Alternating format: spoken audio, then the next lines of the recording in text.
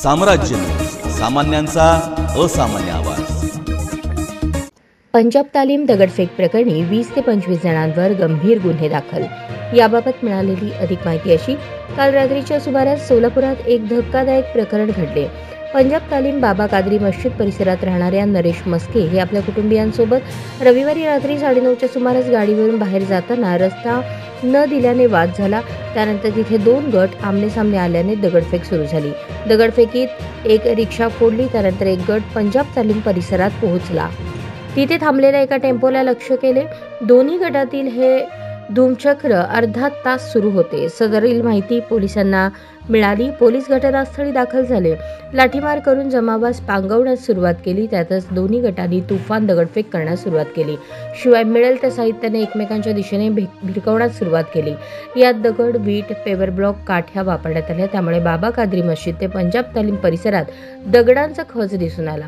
दरम्यान परिसरातील नागरिकांनी लगेचच आपली दुकाने बंद करण्यास सुरुवात केली। घटनास्थळी पोलीस उपायुक्त विजय कबाडे हे देखील दाखल झाले।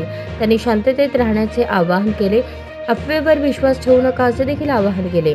दरम्यान रात्री येथील फिर्यादी नरेश मस्के यांनी सदर प्रकरणी फौजदार चौडी पोलीस ठाण्यात फिर्याद दाखल केली असून त्यांच्या फिर्यादीवरून 20 ते 25 जणांविरोधात गुन्हे दाखल करण्यात आले आहेत। यात भंगार दुकानदार सद्दाम उर्फ अल्लू मखदूम शेख, नवाब जब्बार शेख, अशफाक जब्बार शेख, शकर पूर्ण नाव माहिती नाही, शानू जब्बार आणि इतर 15 ते 20 जणांवर गंभीर स्वरूपाचे गुन्हे दाखल करण्यात आले असून यासंबंधी पुढील तपास फौजदार चौडी पोलीस ठाण्यातील पोलीस करत आहेत। दरम्यान सदर घटना घडताच पोलिसांनी वेळेतच जाऊन घटनेवर नियंत्रण केले। अफवा पसरू दिली नाही। वेळेतच पोलीस ॲक्शन मोडवर आल्याने हे संपूर्ण प्रकरण थांबले। अन्यथा याचे विपर्यास झाले असते अशी देखील चर्चा सोलापुरात रंगत होती।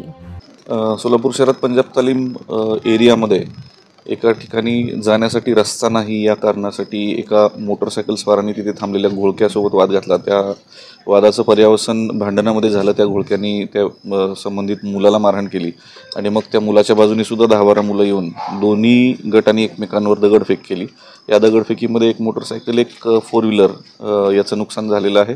याच्यामध्ये कुणी गंभीर जखमी नाही। या दगडफेकीमध्ये एक जण किरकोळ जखमी आहे। या संदर्भात योग्य ती कायदेशीर कारवाई गुन्हे दाखल करून करण्यात येत आहे। किती जणांना ताब्यात घेतलं? नाही, अजून कुणाला ताब्यात नाही घेतलेलं आहे। एक फक्त व्यक्ती ताब्यात आहे एका बाजूनी। दुसऱ्या बाजूनी सुद्धा अजून तपास सुरू आहे। माहिती काढण्याचं काम चालू आहे। आता एका गटाची तक्रार घेणं सुरू आहे। दुसरा गट जेव्हा येईल तेव्हा पुढची कारवाई होईल। सोलापूरकरांनी कुठल्याही अफवांवर विश्वास ठेवणे, वैयक्तिक वादातून सदरचा गुन्हा घडलेला आहे। कुठल्याही स्वरूपाचं याला कम्युनल अँगल देण्यात येऊ नये। निव्वळ वैयक्तिक वादातून झालेला गुन्हा आहे। याबाबत संबंधित लोकांवर योग्य ते कायदेशीर कारवाई निश्चित होईल।